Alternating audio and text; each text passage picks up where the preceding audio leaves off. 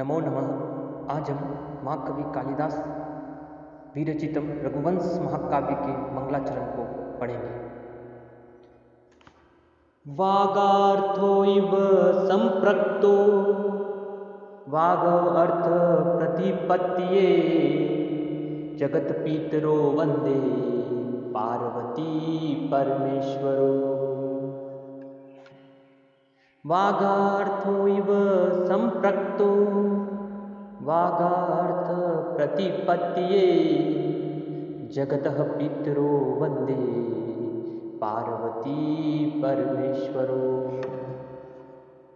अनुष्टुप छंद में निबद्ध ये श्लोक है, रघुवंश का मंगलाचरण है, नमस्कारात्मक मंगलाचरण किया गया है महाकवि कालिदास जी के द्वारा। वागार्थो इव संप्रक्तो वाग अर्थ प्रतिपत्तिये जगतः पितरो वंदे पार्वती परमेश्वरो। श्लोक का अन्वय इस तरह से होगा, यानी महाकवि कालिदास कह रहे यानी अहम वाग अर्थ प्रतिपत्तिये वाघा अर्थो इव संप्रक्तो जगतः पितरो पार्वती परमेश्वरो वंदे। अहम अर्थ को देखते हैं अन्वय के पश्चात। अहम यानी मैं कवि कालिदास वाग अर्थ प्रतिपत्तिये, वाक वाक शब्द होता वाणी, शब्द और अर्थ यानी शब्द और अर्थ के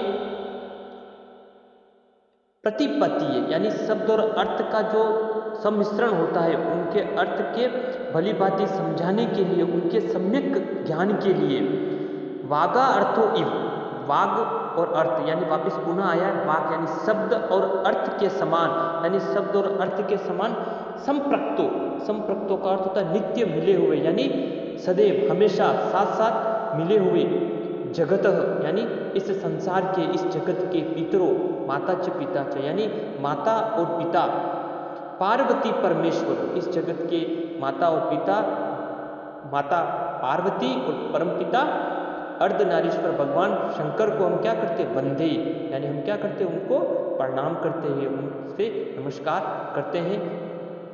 हमारे संस्कृत साहित्य की जो परंपरा है, जिसमें किसी भी कार्य को प्रारंभ करने के लिए या हम कोई भी शुभ कार्य करें तो किसी न किसी ईश्वर की आराधना करते हैं ताकि हमारा कार्य निर्विघ्न संपन्न हो सके। इसीलिए रघुवंश महाकाव्य के इस प्रथम शतक के प्रारंभ में महाकवि कालिदास जी के द्वारा अर्धनारीश्वर भगवान शंकर और माता पार्वती से नमस्कारात्मक मंगलाचरण किया गया है। एक बार पुनः अर्थ को देखिए कि अहम यानी मैं कवि कालिदास वाग अर्थ प्रतिपत्तिये यानी शब्द और अर्थ के सम्यक ज्ञान के लिए, शब्द और अर्थ को भली भांति समझने के लिए वागा अर्थ यानी शब्द और अर्थ के समान संप्रक्तो यानी नित्य मिले हुए, यानी सदैव मिले हुए, साथ साथ परस्पर मिले हुए, जगत यानी इस संसार के, इस जगत के पितरों यानी माता और पिता, पार्वती परमेश्वरों यानी माता पार्वती तथा परम पिता अर्धनारीश्वर भगवान शंकर को मैं वंदे यानी मैं क्या करता हूँ, प्रणाम करता हूँ भगवान शंकर की और माता पार्वती की मैं वंदना करता हूँ। इस तरह से महाकवि कालिदास ने रघुवंश महाकाव्य के इस प्रारंभ में नमस्कारात्मक मंगलाचरण किया है। यह श्लोक अनुष्टुप छंद में निबद्ध है। काव्य आदि को प्रारंभ करने के पूर्व मंगलाचरण करने की परिपाटी प्रायः प्राचीन काल से ही संस्कृत साहित्य में देखी जाती है। इस संबंध में महाभाष्यकार पतंजलि का भी निर्देश है, ग्रंथ के आदि मध्य तथा अंत में मंगल पाठ करने चाहिए। अर्थात कहा है उन्होंने, ग्रंथादो ग्रंथ मध्य ग्रंथ अंते च मंगलम करणीयम। यह मंगल कार्य तीन प्रकार का होता है, आशीर्वादात्मक, नमस्कारात्मक तथा वस्तु निर्देशात्मक, वैसे तीन प्रकार का होता है। महाकवियों की इस प्राचीन परंपरा का निर्वाह करते हुए महाकवि कालिदास ने भी रघुवंश महाकाव्य के इस प्रथम श्लोक में मंगल पाठ किया है।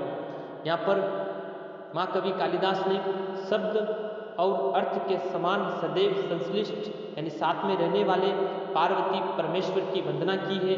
जैसे शब्द और अर्थ सदैव आपस में मिले हुए रहते हैं, उसी प्रकार पार्वती और परमेश्वर भी सदैव आपस में मिले रहते हैं, इसीलिए उन्हें अर्धनारीश्वर कहा जाता है।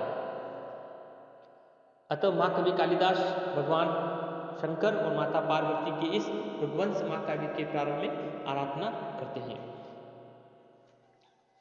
कॉलेज स्तरीय परीक्षाओं और प्रतियोगी परीक्षाओं में मंगलाचरणों के संदर्भ में प्रश्न पूछे जाते हैं। तो रघुवंश महाकाव्य का मंगलाचरण है वो कौन सा मंगलाचरण है? तो ये नमस्कारात्मक मंगलाचरण है।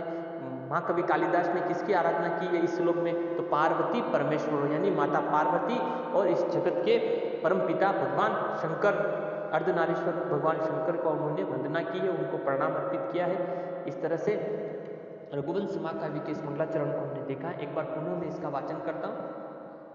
वागार्थो इव संप्रक्तो वाग अर्थ प्रतिपत्तिये जगतः पितरो वंदे पार्वती परमेश्वरो। धन्यवाद।